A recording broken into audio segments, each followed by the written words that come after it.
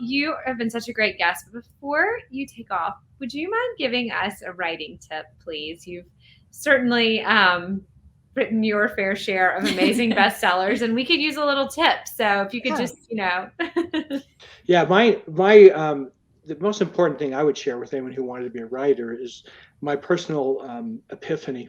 After I wrote the Christmas box, here I have a book that sold, gosh, more than 8 million copies. I mean, it was just huge. It was just, and then I'm writing the next book, and I know that everyone has their laser pointers on me.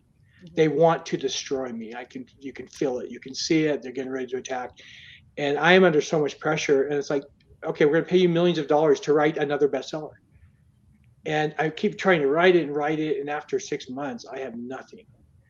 And one day I'm out writing, and that's when I had the epiphany that changed my life. I realized I don't know how to write a bestseller. And that was the best thing that ever happened to me, because when I wrote the Christmas box, I didn't write it for millions of people. I wrote it for my two little girls to understand something very, very personal.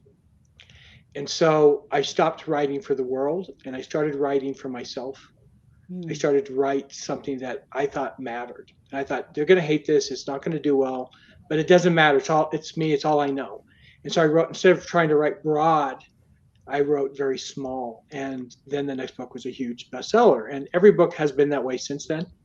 And I'm always surprised when I write something that's very, very personal, how many people, whether it's a father in Tokyo, or the book got smuggled into somewhere in Iran. I have contraband books in Iran. I have a huge book club in Iran, and yeah, it's they like copied they stole them. They're in Farsi, and that's like, wow, that's kind of cool though.